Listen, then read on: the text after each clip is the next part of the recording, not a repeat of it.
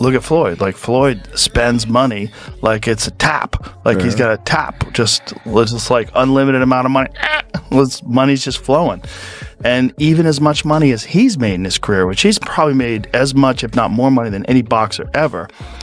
Like, there's all these lawsuits. Like, he hasn't been paying things, and he owes money on this and owes money on that. And it's like, and then he's got to come out of retirement. Yeah, that's tough.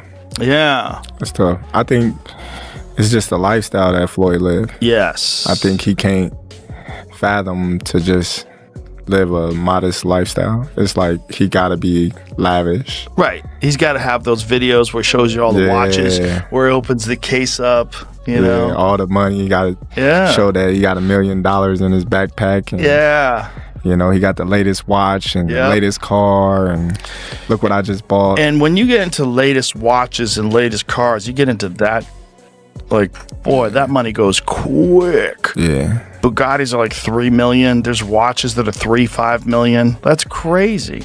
So you buy a watch and a car, you're down 10. That's nuts. When Joe Rogan addressed Floyd Mayweather's real estate claims, he made his skepticism clear without holding anything back. Speaking on his podcast, Rogan questioned the figures being presented, suggesting that the numbers didn't quite add up from a practical standpoint. Rather than accepting the claims at face value, he implied that there may be inconsistencies in how the deals were being described. His reaction added to the growing chorus of voices raising doubts, reinforcing the idea that not everything about the situation appears as straightforward as it was initially portrayed. And one of the reasons why people watch him fight is not because he's like Mike Tyson, just goes out and destroys people. They like watching him fight because they hate him. Because he talks so much shit, and he's like, look at my $1 million watch, look at my fucking jet, look at my house, look at this. He's like constantly showing you all these things that he has. Like, he'll lay out watches in a hotel bed, like, this is $1 million worth of watches, this watch goes for $2 million, and they're like, this is my small watch that I take sometimes, but I want to show you, when I show up, I bring out the big boy, and it brings out this watch that's covered in diamonds. It's like $5 million. And so you hate him. And that Floyd owes like $1.4 million in jewelry debts, that Floyd owes like hundreds of thousands of dollars in rent for a private New York apartment, his private jet fuel. He's not paid hundreds of thousands of dollars worth of fuel and maintenance. He put up one of his jets that I think he even sold, but one of his jets, and I want to say one of his properties, like one of his homes, up as collateral for a $54 million loan from a individual, from a billionaire, that had a 9% interest on the loan. Joe Rogan openly challenged the narrative around Floyd Mayweather's reported property empire, expressing doubt about claims that he owns multiple buildings worth tens of millions.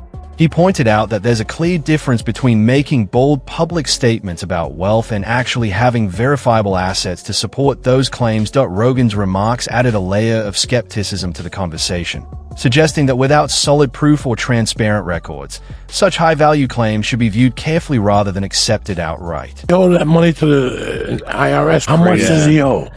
It's in the $20+ million range. It's a lot of money, man. But it's not something that he's been, it's not like deception.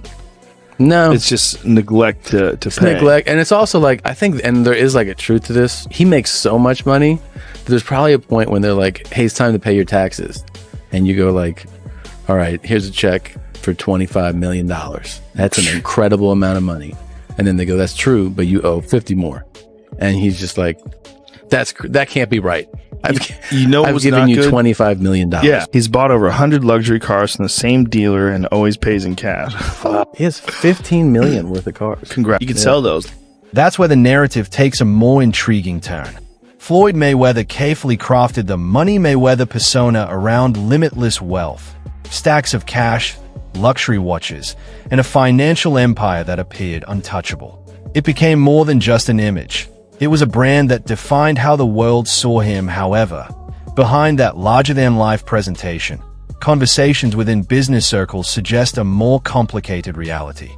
Some observers believe that the true structure of his finances may not be as straightforward or as solid as it seems on the surface, adding a layer of mystery to the image he has spent years building. That Floyd Mayweather has made, and because he's the best in the history of pay-per-view at making sure that the money ends up in his pocket. He is or has been a businessman as an athlete that almost doesn't have a peer because he owns all his own stuff as an independent. Your spending has to be so fiscally irresponsible to lose the amount of money that Floyd Mayweather has lost that it is almost beyond anything that is reason. It's not merely fiscal insanity. It's something that doesn't make any sense to me. Right. And another sign of him maybe in financial trouble is, as of February 2026, Floyd Mayweather has initiated a massive $340 million lawsuit against Showtime Networks and former executive Steven Espinoza. So he's trying to get some bread right now. The estimate is that he made over $1.2 billion over the course of his career in just earnings from fights. According to reports from Business Insider have added further scrutiny to Floyd Mayweather's financial situation, suggesting that 2 of his commercial properties have already faced foreclosure proceedings. In addition, there have been claims that a building tied to his Las Vegas strip club was at risk of seizure due to unpaid property taxes. At the same time, multiple lawsuits have alleged that high-value purchases, particularly luxury watches and jewelry, were left partially unpaid, accusations that Floyd has publicly denied. With all these developments unfolding, the conversation is beginning to shift. Instead of focusing on his signature displays of wealth, more attention is now being directed toward the underlying financial questions and the reality behind the image. He said that, things that they said in this article were insane, that Floyd owes like $1.4 million in jewelry debts, that Floyd owes like hundreds of thousands of dollars in rent for a private New York apartment, his private jet fuel. He's not paid hundreds of thousands of dollars worth of fuel and maintenance. He put up one of his jets that I think he even sold, but one of his jets and I want to say one of his properties, like one of his homes, up as collateral for a $54 million. Same report from Business Insider added even more complexity to the situation surrounding Floyd Mayweather. It claimed that 2 of his condos at the Trump Las Vegas property were temporarily seized due to unpaid taxes before being reinstated once the outstanding balance was cleared. On top of that, a substantial loan, reportedly around $54 million, was said to be secured against multiple assets, including his homes, private jet, and business ventures. Whether these details are fully accurate or partly misunderstood, they've intensified the contrast between his image of limitless wealth and the financial figures being discussed publicly. The debate had already been gaining traction after Joe Rogan questioned the credibility of Floyd's financial claims. But things escalated further when Sonnen weighed in with a much sharper perspective. Instead of expressing surprise, Sonnen essentially dismissed the shock altogether, suggesting that these kinds of revelations shouldn't be unexpected given the patterns being discussed. What's wrong with that? And why are we attempting to tease Floyd? Is Floyd? Yes, he's broke. Of course he's broke. He's a boxer. Did they say he can't read? That's not to tease him. They say that he can't read. His best friend at the time said that he can't read, and he never denied it. I don't tease him for it. He was a guy who grew up in a boxing gym, right? It's one of these things. You know what you know. You know what you were taught. I didn't teach him about contracts. I didn't teach him about saving. I didn't teach him about investments. Who would have taught him these things? Of course he's broke. Sonnen flips the narrative by turning the question back on the audience, essentially asking, if everyday people work consistently because they need income, why is it shocking when a boxer keeps stepping into the ring for the same reason? It's a blunt, almost provocative take, part honesty, part sarcasm, and it hits hard because it reframes the entire conversation. But he pushes even further. Sonnen challenges the long-standing hype around boxing paydays, arguing that many of the massive earnings figures and pay-per-view numbers often originate from promotional claims rather than independently verified data.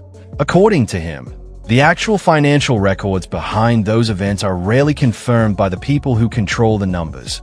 That perspective alone disrupts years of accepted narratives, casting doubt on the scale of wealth often associated with fighters like Floyd Mayweather and forcing a deeper look at what's real versus what's being amplified for publicity.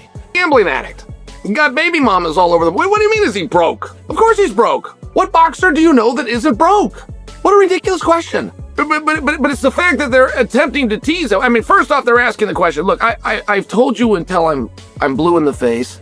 The numbers that you hear in boxing simply aren't true. Floyd made $1 billion. No, he didn't. Floyd and Conor made $500 million. No, they didn't. Of course they didn't. Nobody's ever confirmed that. And it's the same thing with the check. I got $100 million for a fight. Oh, you did? Who signed the check? Whoever signed the check is going to want credit for it. There's never been a time that $1 million check was written and the dude that wrote the check didn't make sure that somebody found out he wrote the check. So who wrote the check? Floyd's got a whole bunch of them, apparently. He got $1 billion. Who wrote the check? At the same time, Chael Sonnen isn't just targeting Floyd Mayweather. He's really taking a broader shot at how the entire sports industry shapes financial narratives. He shifts the focus toward the often chaotic nature of boxing contracts, pointing out that if Floyd is promoting multiple fights around a rumored clash with someone like Mike Tyson, it would naturally frustrate any serious promoter.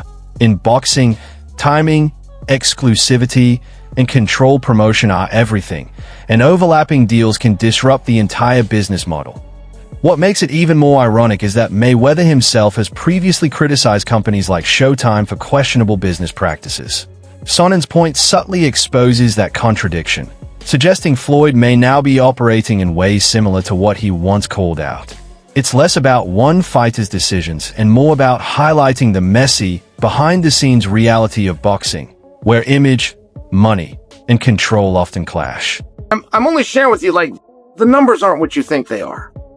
Right? The numbers are good and they made a lot of money, but it's not what you think it is. And yeah, of course Floyd's broke. Would you be boxing if you weren't?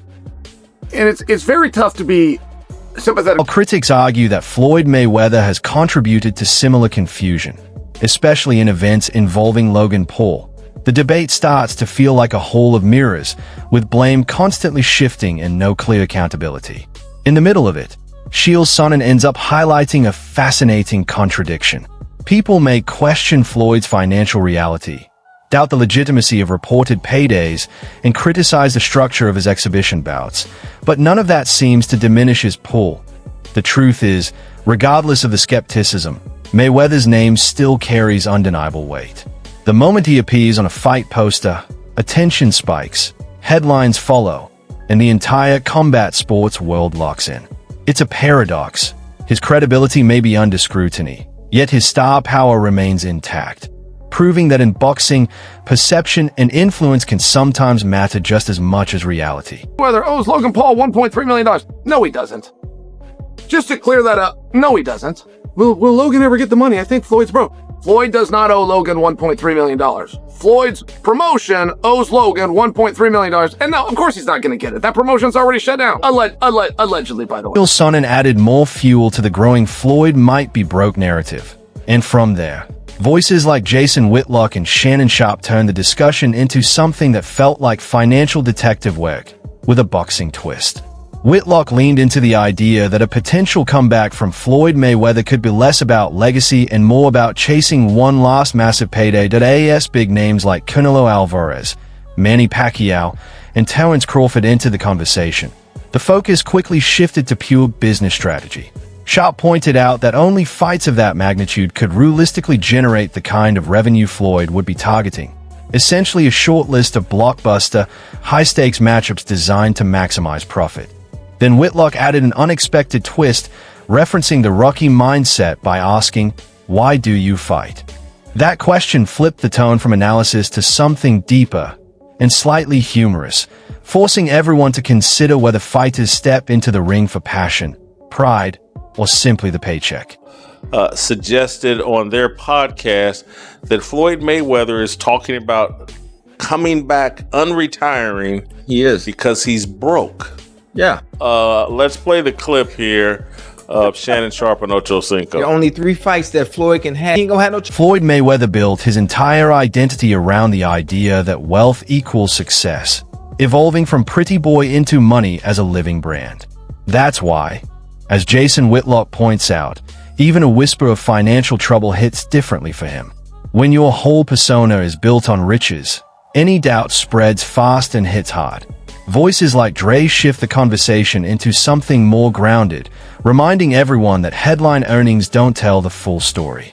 What really matters are the unseen layers: liquidity, assets, liabilities, taxes, and lifestyle. It's the financial iceberg beneath the surface, far bigger than the flashy posts and public displays. Meanwhile, Shannon Sharpe and others keep things lively, joking about gamblers going broke, IRS pressure, and over-the-top spending habits. The discussion turns Floyd's legacy into less of a victory parade and more of a complicated puzzle. But here's the twist everyone quietly agrees on. Debate all you want about age, finances, or motivation. If Mayweather steps into the ring again against someone like Terence Crawford, Canelo Alvarez, or Manny Pacquiao, all the critics and analysts will still be watching the moment that first bell rings. And he's 47 years old and he's completely broke.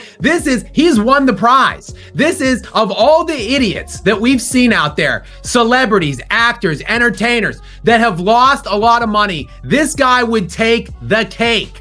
To blow a bill before he even hits 50 is unimaginable. It actually is sad. It's a cautionary tale. We have seen it time and time again. But who actually wants to watch this guy fight? Like, people that love him. If he comes out and if he loses and looks terrible and gets destroyed, well, look, if you love him or hate him, you can say, well, he's nearly 50 years old. This doesn't prove. Jason Whitlock and the panel had already pushed the conversation around Floyd Mayweather into full-blown financial speculation. But the tone shifts noticeably when Andre Ward enters the discussion. The energy moves away from hot takes and rumors and into something more grounded and experience-based. Ward begins by reaffirming his respect for Floyd's discipline and work ethic, something often overshadowed by the luxury and spectacle that defined the money persona. He points out that behind the cars, jets, and constant display of wealth was still a fighter who maintained strict training habits and elite-level consistency throughout his career. But Ward also admits he feels conflicted about the idea of a comeback. Rather than criticizing Floyd, he highlights a deeper truth about boxing itself. The adrenaline of fight night, the global spotlight, and the massive financial rewards create an experience that is incredibly hard to replace once it's gone. In that sense, stepping away from the ring isn't always as simple as retirement. It can feel like walking away from something no normal life can replicate. The way Floyd Mayweather goes about his business, he's been filthy rich. He's made his name, his legacy, and a lot of his reputation wasn't just the boxing. It was the money. It's the money man. What I have, what I'm driving, what I'm living in, what I'm flying in. And a lot of people, they don't like that. I don't know if Floyd Mayweather had more supporters for most of his fights or more haters, but regardless of where you fall on that line, Floyd Mayweather made it work for him when many people, promoters included, networks included, early on didn't. Kind of insight really only comes from someone who has actually lived inside the ropes. And Andre Ward brings that exact perspective into the discussion. As the conversation shifts toward a possible rematch involving Manny Pacquiao and Floyd Mayweather, Ward adds a more technical, experience-based angle rather than just speculation that he notes an interesting dynamic. When fighters age, the style of boxing can change in unexpected ways. With reduced movement and slower pacing compared to their prime, fights can sometimes become more direct, leading to closer exchanges and moments of sudden intensity. That challenges the assumption that an older matchup would automatically be less entertaining at the same time. Ward brings the focus back to the bigger concern: safety and physical decline. He emphasizes that boxing is one of those sports where mental confidence can remain strong even when the body no longer responds the same way, and that gap has led to some of the sport's most difficult outcomes. Even while expressing a preference for both legends enjoying retirement, Ward acknowledges the reality of the fight world. Whenever two iconic names with unfinished stories are mentioned, curiosity takes over, and the entire boxing community inevitably pays attention. Fighter, he'll say he don't watch him, but he'll watch any potential opponent over and over and over, and he has to process: can he do anything with me? How does my skill set line up with his? Can I beat him? The problem with being 49 years of age is sometimes your brain can see things and tell you things that your body's not in agreement with. That's the problem with age. Your brain is still saying, I'm him. Your brain is still saying, man, I'm Money Mayweather. Man, these youngsters can't deal with me. But your body is saying, brother, we can't do it like that. Step back for a moment, and the entire conversation starts to feel like multiple worlds colliding at once. Joe Rogan is questioning the strength of Floyd's financial narrative, while Sonnen is dismantling long-held assumptions about boxing's biggest paydays. At the same time, Jason Whitlock and his panel are breaking down the business side, contracts, promotions, and the lifestyle that comes with elite fame. Then Andre Ward brings it back to the fighter's reality, reminding everyone that boxing is not just economics. It's emotion, identity, and adrenaline. From one angle, Floyd's potential comeback is explained as a financial move, a way to secure another massive payday. From another, the rumors are dismissed as overblown speculation. But Ward's perspective adds something more human to the equation. Sometimes fighters return not just for money, but because the ring offers a kind of intensity and purpose that ordinary life simply can't replace. In the end, the debate becomes bigger than Floyd himself. It turns into a clash between legacy and longevity, business and passion. Whether people believe the motivation is money, pride, or the thrill of competition, one thing is clear.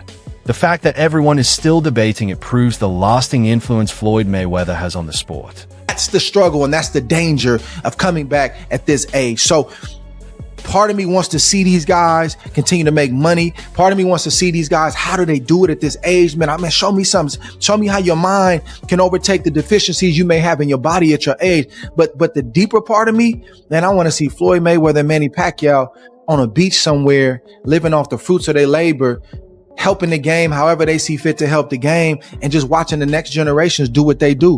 But hey, we got to fight September. Now it's over to you. Do you think Floyd Mayweather would come back for the money, for the love of competition, or because there's still unfinished business in boxing? Maybe even with someone like Manny Pacquiao? Drop your thoughts in the comments, because this debate is far from settled. If you enjoyed the video, don't forget to like, share, and subscribe to **** Boing Vibe **** for more deep dives into boxing's biggest stories. See you in the next one.